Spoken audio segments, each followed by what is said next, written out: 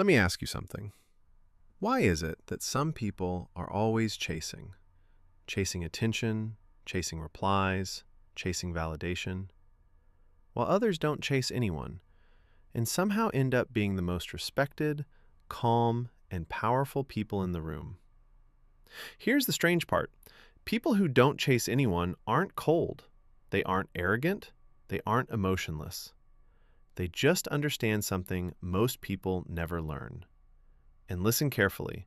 The last habit I'll share in this video changes everything. If you miss it, you'll completely misunderstand why these people seem so unbothered, so confident, and so magnetic. So don't miss it. In today's world, everyone is chasing something. Chasing texts, chasing approval, chasing people who barely give them attention. But there's a small group of people who move differently. They don't beg to be chosen. They don't force connections. They don't run after anyone who walks away. And psychology explains exactly why. By the end of this video, you'll understand how people who don't chase anyone think, why they feel emotionally lighter, and how you can apply the same mindset in your own life without becoming cold or distant. Let's break it down. Point 1. They don't attach their worth to other people. Most people chase because they're secretly asking one question: am I enough? When someone replies fast, they feel valuable. When someone pulls away, they feel rejected. But people who don't chase anyone have already answered that question internally. Their self-worth isn't borrowed from attention, it's built from self-respect. Psychology shows that when your identity depends on external validation, you become anxious, you overthink, you cling. But when your worth comes from within, chasing feels unnecessary. They don't think, if I don't chase, I'll lose them.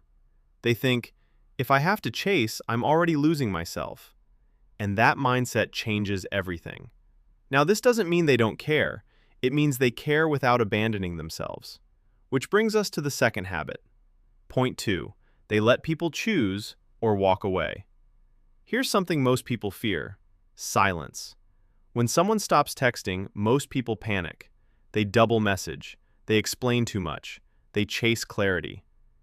But people who don't chase anyone understand a powerful truth.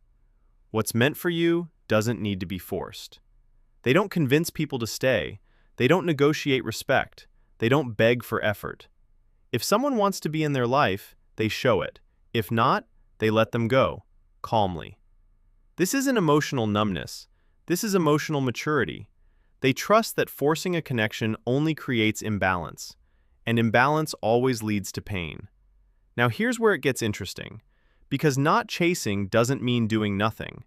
There's something they focus on instead, and it's the reason they feel so grounded. Point 3. They invest energy into themselves, not control.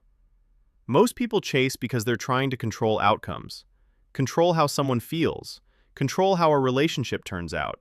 Control rejection. But people who don't chase anyone redirect that energy. They invest it into their growth, their goals, their peace, their routines. Psychology calls this internal focus. Instead of asking, how do I make them want me? They ask, how do I become someone I respect? And the funny thing is, the less they chase, the more attractive they become. Because confidence is quiet, security is calm, and desperation is loud. But there's still one misunderstanding, a big one. People think not chasing means being emotionless.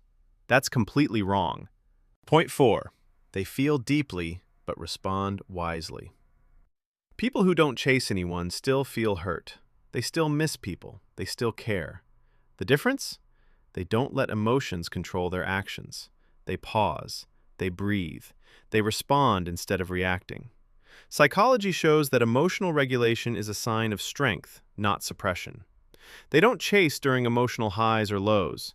They wait until clarity returns. And because of that, they rarely regret their actions. They understand this simple rule: temporary emotions should never control permanent decisions. Transition, building hype. Now, everything we've talked about leads to this. This is the last habit, and this is the one most people miss. If you miss this, you'll think these people are just detached. They're not. Point 5, most important. They trust abundance, not scarcity. This is the core psychology. People who chase believe opportunities are rare, that love is limited, that if they lose one person, they lose everything.